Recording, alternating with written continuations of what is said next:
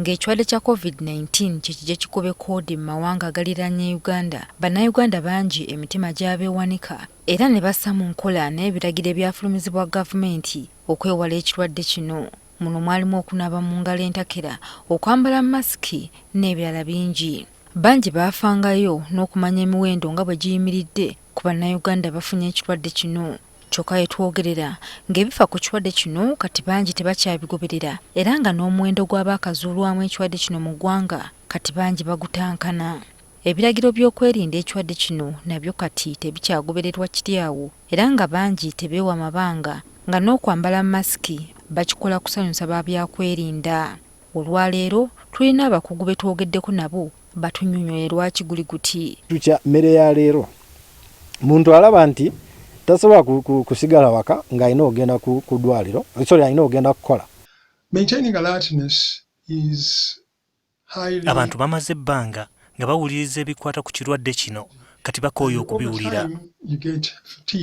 Ssaako n'abakungu mu gavumenti abaalabibwako emirundi egiwera nga beegabanya obwanana bw'ensimbi wakati mu bwavu obwali buluma bannayuganda. Abantu bano ba gavumenti babba ssente bazikozesa bubi, bazirya lwakuba kuziteeka ku ssomero oba ku mmere, food distribution program. N'ekyokuba nti tewali muntu yenna yayisiddwa bubi bulwadde buno sinakindi n'okufa nakyo kyongedde okubeeyiguza ettama. Abo tebatiisatiisa bannayuganda kati balaba nti ne bwe batogoberera amateeka ga gavumenti ag'okwewala ku bya COVID osobola kubeerawo bulungi. Ate abantu tebaagala kubagamba ngeri gye balina kutambuzaamu obulamu bwabwe. Kyekyo lwaki abamu tebawulira na basawo bye babagamba. Wadde ng'abantu babadde bazzeemu okukola n'obukwakkulizo obwateekeddwawo naddala ku by'entambula nakyo kyongedde okubamalamu essuubi. Omuntu wansi owa bulijjo bamugaanye okukozesa booda ate eyo ebeera entambula ye ya 500-1,000.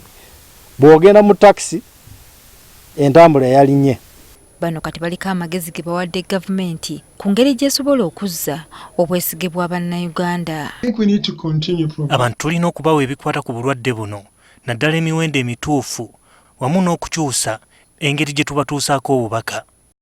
Joyce Nakato, NTV, ku ssaawa emu.